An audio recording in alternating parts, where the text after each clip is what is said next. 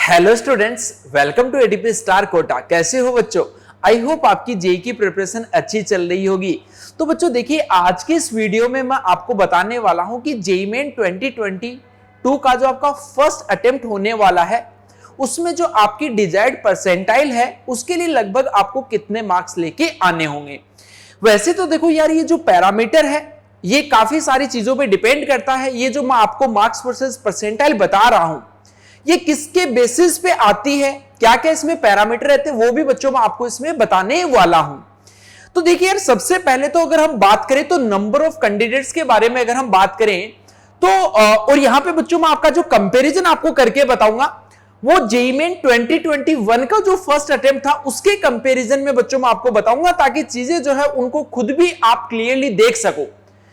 क्योंकि बच्चों अगर आपके सामने एक मार्क्स का टारगेट रहता है तो ऑब्वियसली बात है कि अगर आपके सामने टारगेट है तो उसके अकॉर्डिंग आप फिर मेहनत करते हो, उसके अकॉर्डिंग फिर आप मॉक टेस्ट जो उसके अंदर देखते हो कि आपका स्कोर जो वो अभी कितना आ रहा है और आपको कितनी परसेंटाइल चाहिए, उसके लिए आपको कितने मार्क्स हो और इंप्रूव करने की जरूरत है। तो ये देखो, जो आपका फर्स्ट अटेम्प्ट हुआ था 2021 में, उसमें अराउंड 6,60,000 के आसपास बच्चों एस्पिरेंट जो वो अपीयर हुए थे, या ऐसा बोले कि इन्होंने रजिस्टर किया था।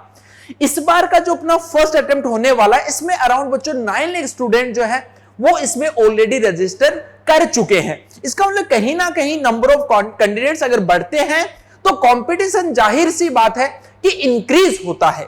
लेकिन काफी बच्चों को ऐसा लगता है कि वो ड्रास्टिकली बहुत ज्यादा इंक्रीज हो जाएगा। ऐसा भी नहीं होता, क्योंकि अगेन जो सीरियस कैंडिडेट्स होते हैं उनका रेशियो बच्चों कभी भी बहुत ज्यादा नहीं बढ़ता है। जब भी नंबर ऑफ कैंडिडेट्स बढ़ते हैं तो उसमें ओवरऑल जब इंक्रीज होते हैं तो सीरियस जो कैंडिडेट होते हैं, जिनके अच्छे मार्क्स आ रहे होते हैं, वो कैंडिडेट में इंक्रीमेंट जो वो बहुत ज्यादा नहीं होता। ये फर्स्ट पैरामीटर है।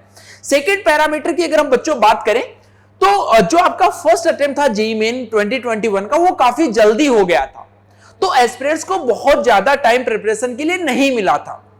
और उस टाइम पे पहले से ही उन्होंने बोल दिया था कि 4 अटेम्प्ट होने वाले हैं, तो काफी सारे आपकी तरह जो बच्चे वो उसके लिए कम सीरियस थे कि अभी तो 4 अटेम्प्ट है, बाद में पढ़ लेंगे, बाद में पढ़ लेंगे। लेकिन यहां पे फर्स्ट अटेम्प्ट से पहले भी आपको काफी ज्यादा टाइम बच्चों बार बार पोस्टपोन होकर मिल चुका है, और इसके अलावा इस बार 2 ही अटेम्प्ट होने वाले हैं, तो कैंडिडेट में कहीं ना कहीं सीरियसनेस जो बच्चों थोड़ी सी ज्यादा रहेगी, तो कंपटीशन वहां से भी थोड़ा सा जो वो बढ़ने के चांसेस रहेंगे। तो कंपटीशन को बढ़ाने वाले ये 2 पैरामीटर हो गए। लेकिन साथ ही साथ में कंपटीशन मतलब मार्क्स जो वो थोड़े से कम किस वजह से होंगे कि पिछली बार तक जो आपके न्यूमेरिकल टाइप के क्वेश्चंस थे उसमें बच्चों नेगेटिव मार्किंग नहीं थी, यानी आपका तुक्का जो वो भी चल जाता था। बट इस बार नेगेटिव मार्किंग होने की वजह से कहीं ना कहीं मार्क्स जो वो थोड़े से कम रहने वाले। तो ये बच्चों मैंने आपके लिए पैरामीटर्स बता दी कि मैंने किन किन पैरामीटर्स को ध्यान में रखते हुए आपके लिए एक्सपेक्टेड मार्क्स वर्सेस परसेंटाइल जो लेके आया। ऐसा ना लगे कि आपको हवा में कि चलो कुछ भी बोल दिया है ना, किसी को क्या पता लग रहा है ना, तो ऐसा नहीं है। सब चीजें थोड़ी सी साइंटिफिकली अगर गैस करते तो वो उसके सही होने के चांसेस काफी ज्यादा बढ़ जाते हैं। अब अगली जो बच्चों इंपॉर्टेंट बात आती है, तो यार आप देखोगे कि जो 2021 की अलग अलग शिफ्ट हुई हैं, उनमें अलग अलग शिफ्ट में मार्क्स पे जो परसेंटाइल उनमें काफी बड़ा गैप है। तो आप कोई भी एक चीज नहीं बता सकते कि मैं कोई भी एक इसको ऐसा नहीं बोल सकते कि एक मैंने आपको एक पर्टिकुलर मार्क्स बता दिए कि इतने मार्क्स पे आपकी ये परसेंटाइल आ जाएगी। नहीं बच्चे, वो डिपेंड करता है कि आपका पेपर इजी शिफ्ट में आ रहा है या एवरेज शिफ्ट में आ रहा है या फिर डिफिकल्ट में आ रहा है। यहां पे मैंने 3 कैटेगरी में बच्चों इसको डिवाइड किया है, क्योंकि ये डिवाइड करना बहुत जरूरी है। इसके बिना कोई भी आइडिया जो आप नहीं लगा पाओगे। तो अगर जो आप अभी मॉक टेस्ट देते हो तो उस मॉक टेस्ट को बच्चों सबसे पहले आप उसकी कैटेगरी देखिए कि वो पेपर टफ था या इजी था या एवरेज था। अब टफ इजी एवरेज अपने अकॉर्डिंग नहीं देख रहा है कि आपको अगर नहीं आता तो टफ है, वो देखना कि ज्यादातर बच्चों को वो पेपर जो वो कैसा लग रहा है। चलिए, तो अगर बच्चों हम बात करें तो 2021 की मैंने आपके सामने कुछ शिफ्ट ली है कि जिसमें जो सबसे ज्यादा टफ थी, उस टफ बच्चों शिफ्ट के अंदर अगर किसी बच्चे के 175 मार्क्स आ जा रहे हैं तो उसकी भी 99 परसेंटाइल जो आ गई थी।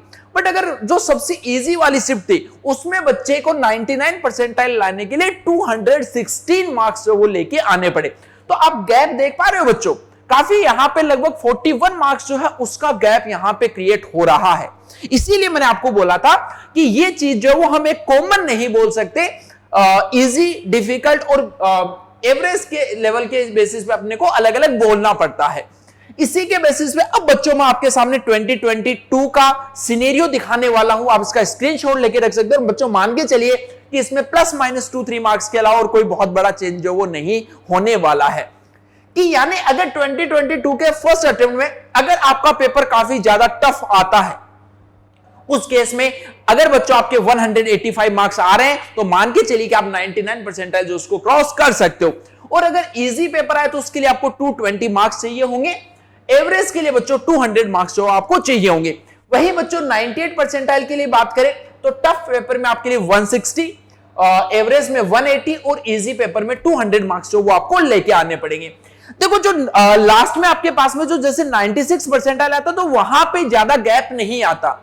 जो बच्चों इजी और टफ पेपर में जो बड़ा गैप आपको देखने को मिलता है वो ऊपर वाली परसेंटाइल में ज्यादा देखने को मिलता है। जो 99 और 98 वाली परसेंटाइल है वहां पे गैप आपको देखने के काफी ज्यादा मिलते हैं। यहां पे फिर वो जैसे से आप आगे जाते जाते हो परसेंटाइल कम होती जाती है, वैसे वैसे ये बच्चों गैप जो है वो भी आपका कम होता जाता है। ओके, तो आई होप कि यार मैंने आपको सारे पैरामीटर्स को ध्यान में रखते हुए बताया है। एंड अगेन ये मैं बताना नहीं चाहता था, बट इसके पीछे पर्पस क्या है कि काफी सारे बच्चे बार बार इस चीज को पूछते हैं और उनका पूछने का लॉजिक ये रहता है कि सर अगर हमें आइडिया लग जाए, जैसे कोई बच्चा है उसका टारगेट है कि भाई वो फलानी एनआईटी में सीएस उसको चाहिए।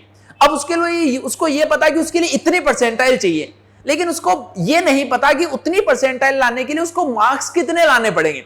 तो इससे बेटा तेरे को एक रफली आइडिया जो है वो लग जाएगा कि इतने मार्क्स लेके आने पड़ेंगे। अब जैसे मान लो कि किसी को 99 परसेंटाइल चाहिए और उसके अभी भाई 160 मार्क्स आ रहे हैं, तो इसका मतलब सिंपल सी बात है कि तेरे को अभी 25 मार्क्स जो वो इंक्रीज करने पड़ेंगे, क्योंकि अपने को टफ वाला जो पेपर है उसके हिसाब से भी चलना पड़ेगा, इजी पेपर जो वो भी अटेम्प्ट, दोनों पेपर आपको अटेम्प्ट करके देखने पड़ेंगे। तो अगर 20-30 मार्क्स बच्चों आपके अभी भी कम रह रहे हैं तो उनको अचीव करने के लिए जान लगा दो, क्योंकि अभी भी बच्चों 20-30 मार्क्स जो वो इंक्रीज इजीली आप कर सकते हो।